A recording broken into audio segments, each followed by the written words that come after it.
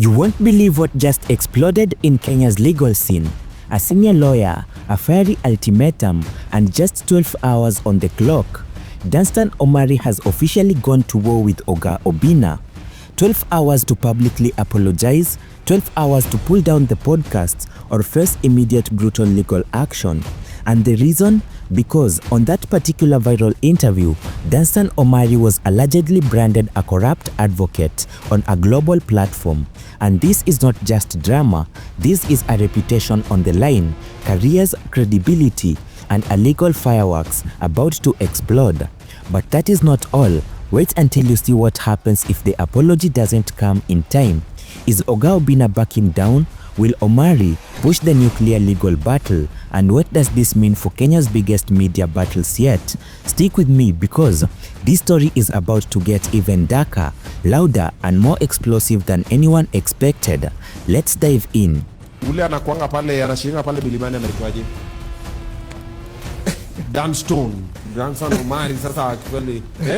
What happens when a single interview goes terribly wrong, and what happens when the words spoken in a podcast studio become weapons that could destroy careers? You know, there's a trick that people like Danstan Omari use. He's my friend, but it happens. Definitely you have to market yourself. First of all, they do not take up your case entirely up to the end, whereby you hear that someone has won a case. Welcome back to the channel, and if you are new here, hit that subscribe button right now because today the story is absolutely explosive. To understand why this ultimatum carries so much weight, you need to know exactly who Danstan Omari is, and trust me, his story is absolutely fascinating. Danstan Omari isn't just any lawyer. He's a legal titan who has built his reputation over decades of high-stake courtroom battles. But here is what makes this story even more incredible. Danstan Omari didn't become a lawyer until he was 40 years old. Before stepping into a courtroom as an advocate, Danstan Omari was a high school teacher, a hotel manager, a matatu operator, and even a children's officer. Born on December 6, 1964, in Nyabite village of Nyamira County, Omari's journey to legal prominence is nothing short of remarkable. Now, on December 15th of 2025, that is the date that everything changed. Oga Obinna, riding on high YouTube success with his channel Obinna TV, was hosting his regular podcast show. For those who don't know, Oga Obinna's real name is Steve Thompson Magana and is a social media juggernaut. He's a comedian, a radio presenter, and his podcast has featured everyone from politicians to celebrities, and his interviewing style is known for being unfiltered and controversial.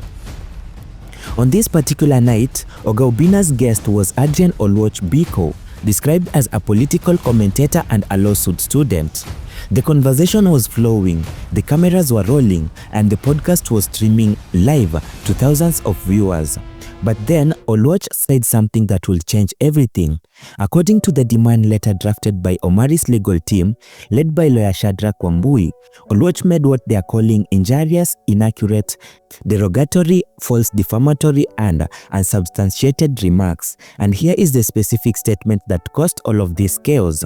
That people like Danstan Omari use. He's my friend, but it happens. Definitely you have to market yourself. First of all, they do not take up your case entirely up to the end, whereby you hear that someone has won a case. Oluoch allegedly said, and I quote, "The legal system is very corrupt. So the moment you have someone like Danstan Omari, he knows who to bribe."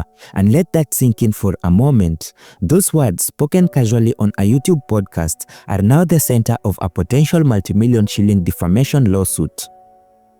But here is where it gets even more interesting. According to Danstan Omari's lawyers, these allegations were not isolated. They claim Oluoch made multiple statements suggesting that Omari knows his way around bribing judicial officers. The demand letter states that these claims were made in one of his many false and juvenile statements. And here is the kicker. The legal team accuses Oga Obinna of not just allowing these statements, but actively encouraging them. Given your long-standing media career and hosting, you certainly did foresee the statements repeatedly made, but took no step and or encouraged the said interviewee to go ahead and continue defaming and spreading the said derogatory statements against our client. The letter reads, The podcast went live on YouTube, TikTok, Instagram, Facebook, and X, formerly known as Twitter. Thousands upon thousands of views, comments flooding in, clips being shared across social media, and with each share, with each view, Danstan Omari's reputation was allegedly being destroyed. But wait, because there is something even more dramatic about what Omari is demanding, so stay with me. This is where this story becomes absolutely gripping.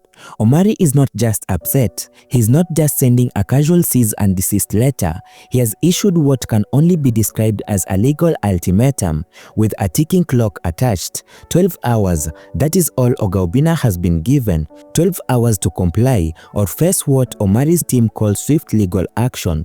But what exactly is Omari demanding?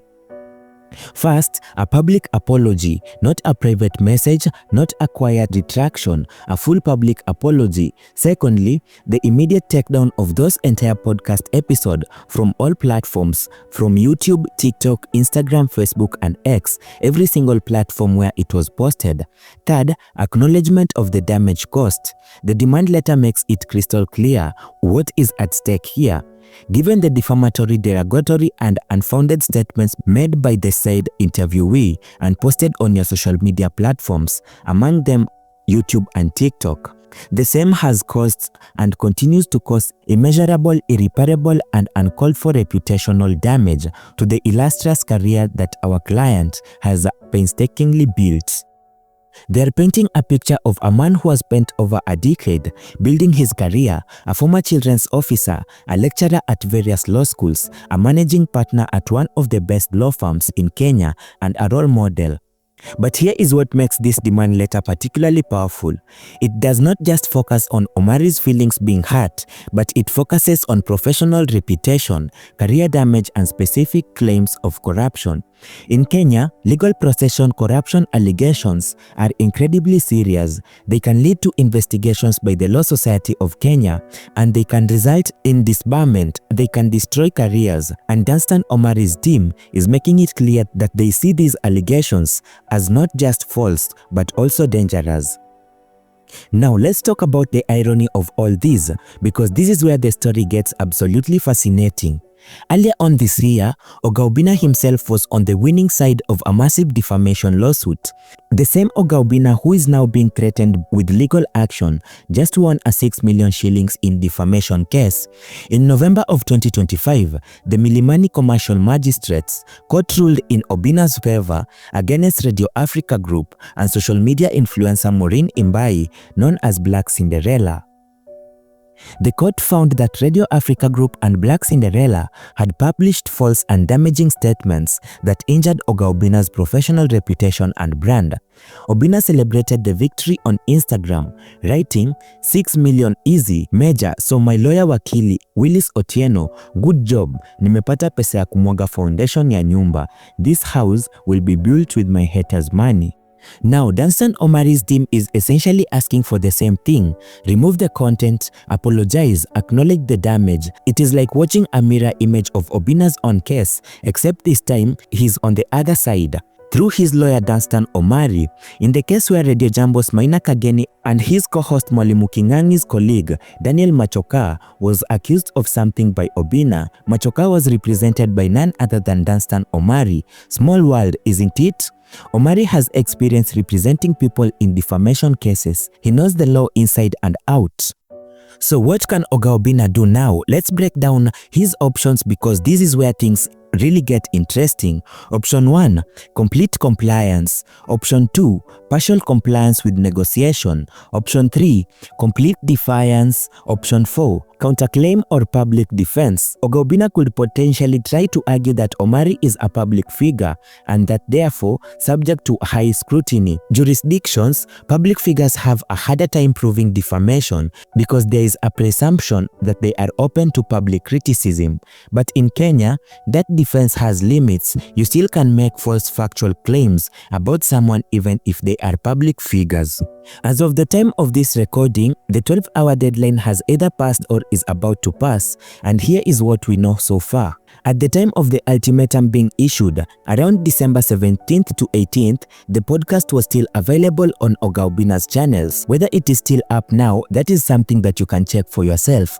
Go to Oga Obinna TV on YouTube and see if the episode featuring Adrian Oluoch is still there. As for a public apology from Oga Obinna, we haven't seen one yet. His social media accounts don't show any statements about the Omari situation. He hasn't posted any apology. He has not addressed their demand letter publicly. Now, that doesn't necessarily mean that he is ignoring it. He might be working behind the scenes, consulting with his own lawyer, trying to negotiate a settlement, but publicly, silence. Omari's team led by Shadrack Wambui has been clear about their position. They see that this is a serious attack on their client's professional reputation, and they are not backing down. The legal community is watching this case closely.